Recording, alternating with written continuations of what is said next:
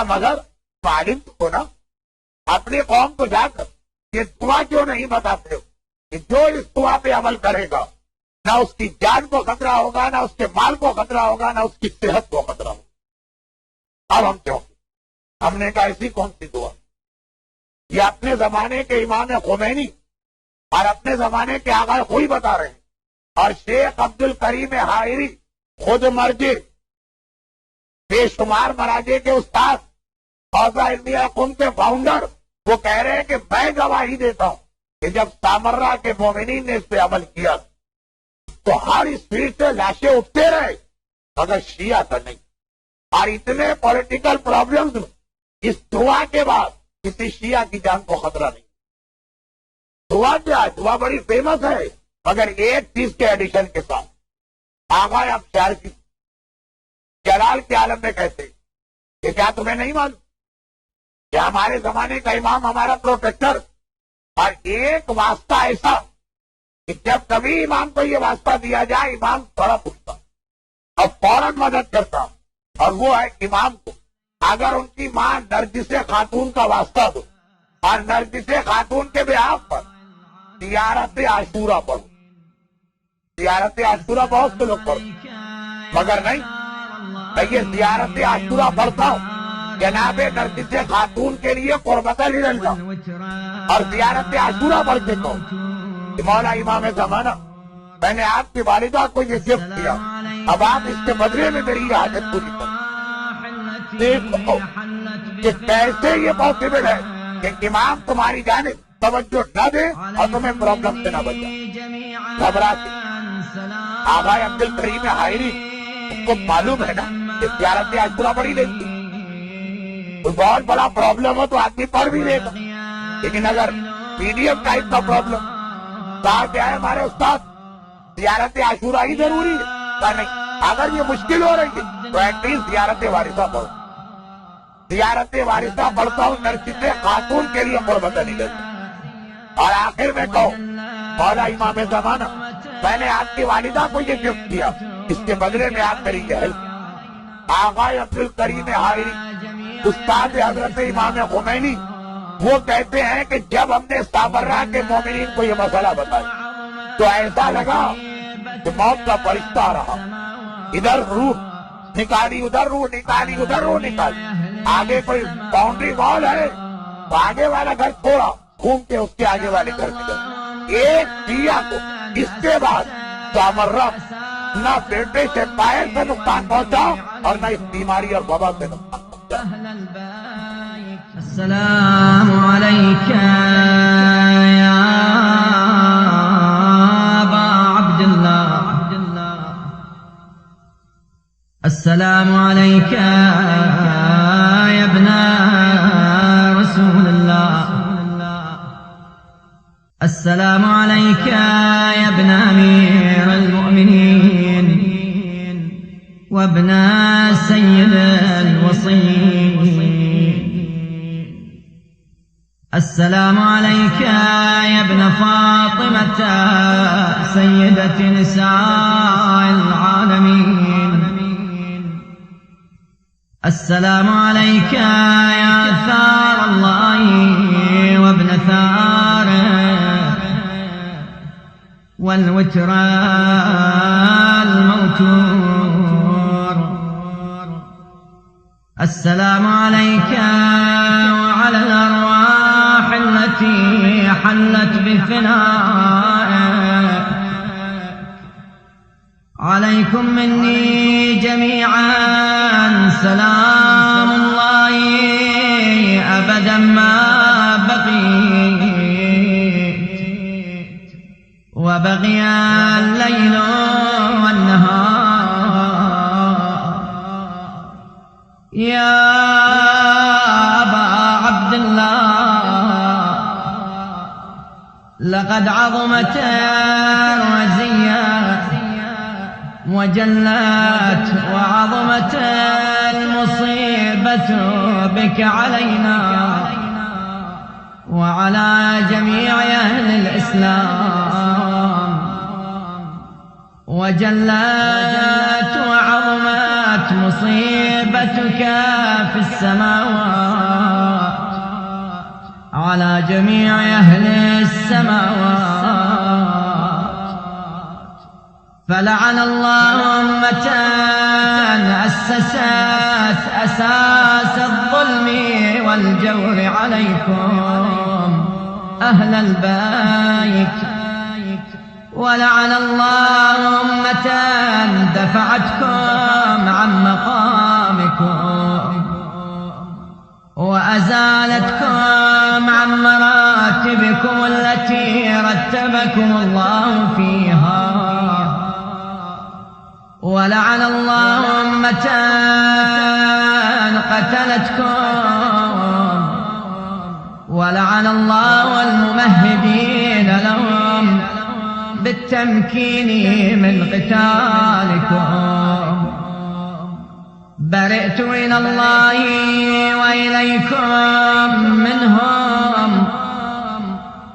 ومن أشياعهم وأتباعهم وأوليائهم.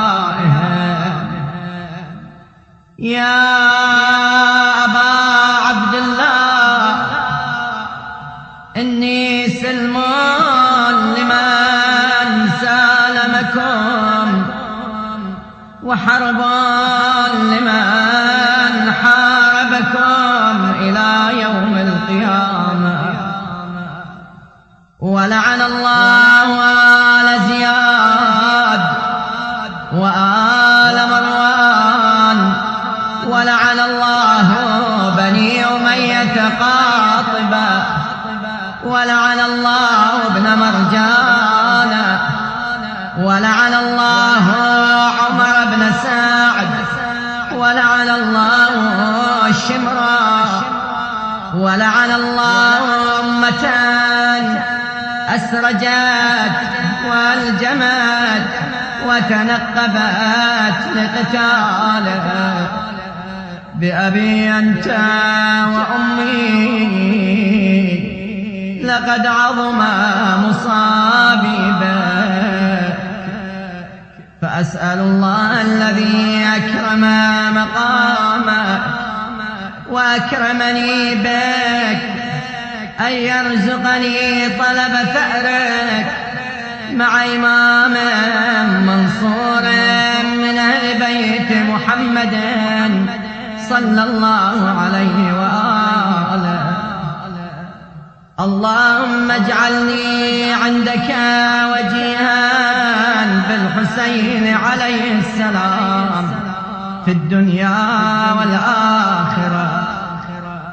يا أبا عبد الله إني أتقرب إلى الله وإلى رسوله وإلى أمير المؤمنين وإلى فاطمة وإلى الحسن وإليك بموالاته وبالبراءة ممن قاتل ونصب لك الحرب وبالبراءة ممن أسس أساس الظلم والجور عليكم وأبروا إلى الله وإلى رسوله ممن أسس أساس ذلك وبنى عليه بنيانا وجرى في ظلمه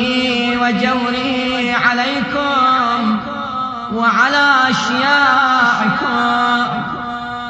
برئت إلى الله وإليكم منهم وأتقرب إلى الله ثم إليكم بموالاتكم وموالاة وليكم وبالبراءة من أعدائكم والناصبين لكم الحرب وبالبراءة من أشياعهم وأتباعهم. إني سلم لمن سالمكم وحرب لمن حاربكم وولي لمن والاكم وعدو لمن عاداكم.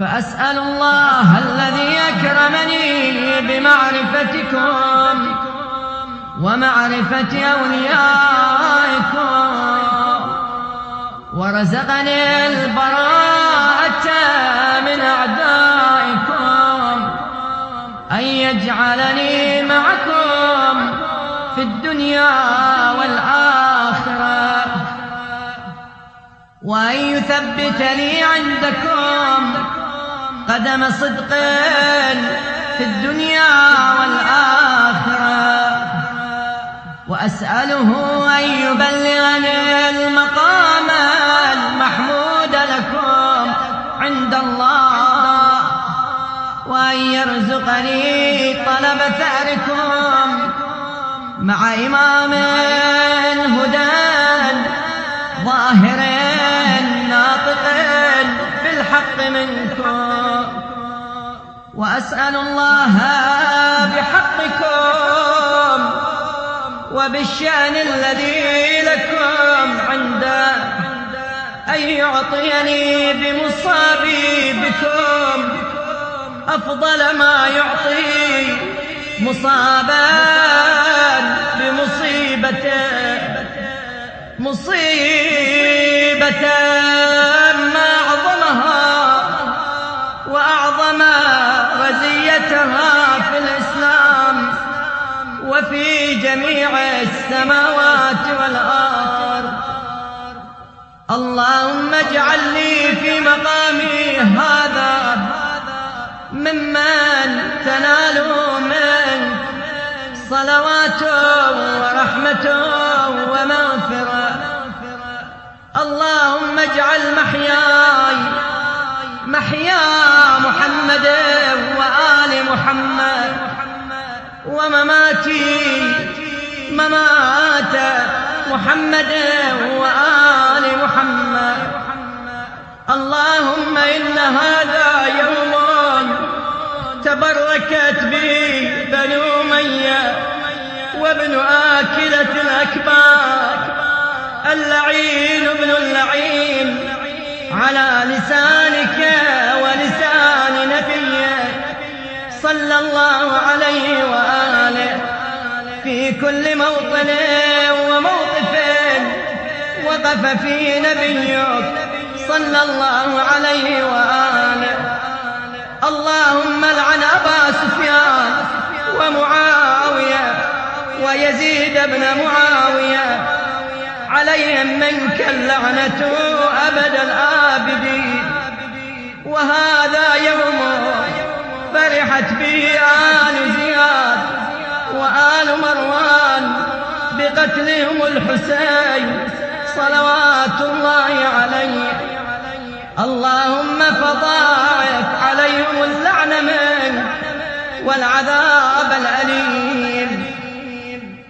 اللهم إني أتقرب إليك في هذا اليوم وفي موقفي هذا وأيام حياتي بالبراءة منهم واللعنة عليهم وبالموالاة لنبيك وآل نبيك عليه وعليهم السلام.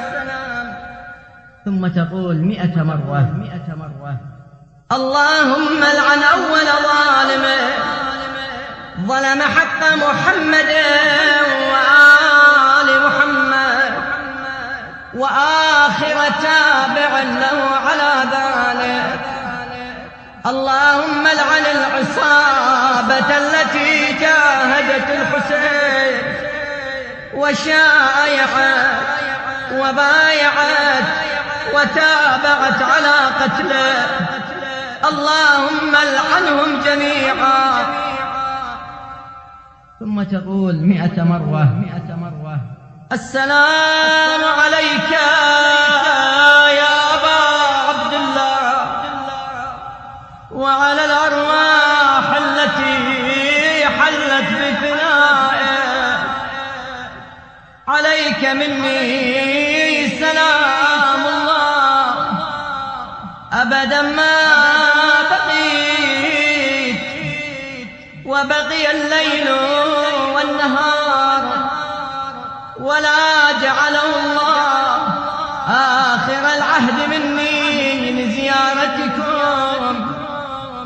السلام على الحسين وعلى علي بن الحسين وعلى أولاد الحسين وعلى أصحاب الحسين.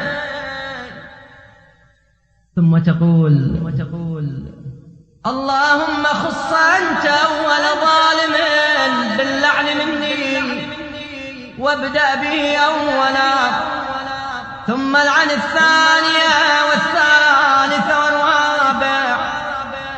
اللهم العن يزيد خامسا والعن عبيد الله بن زياد وابن مرجان وعمر بن سعد والشمراء وآل أبي سفيان وآل زياد وآل مروان إلى يوم القيامة.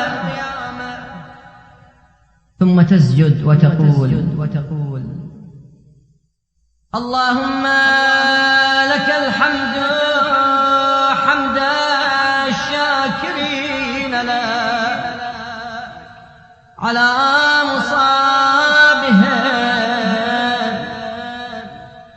الحمد لله على عظيم رزيتي. اللهم ارزقني شفاعة الحسين يوم الورود وثبت لي قدم الصدق عندك مع الحسين وأصحاب الحسين الذين بذلوا مهجهم دون الحسين عليه السلام.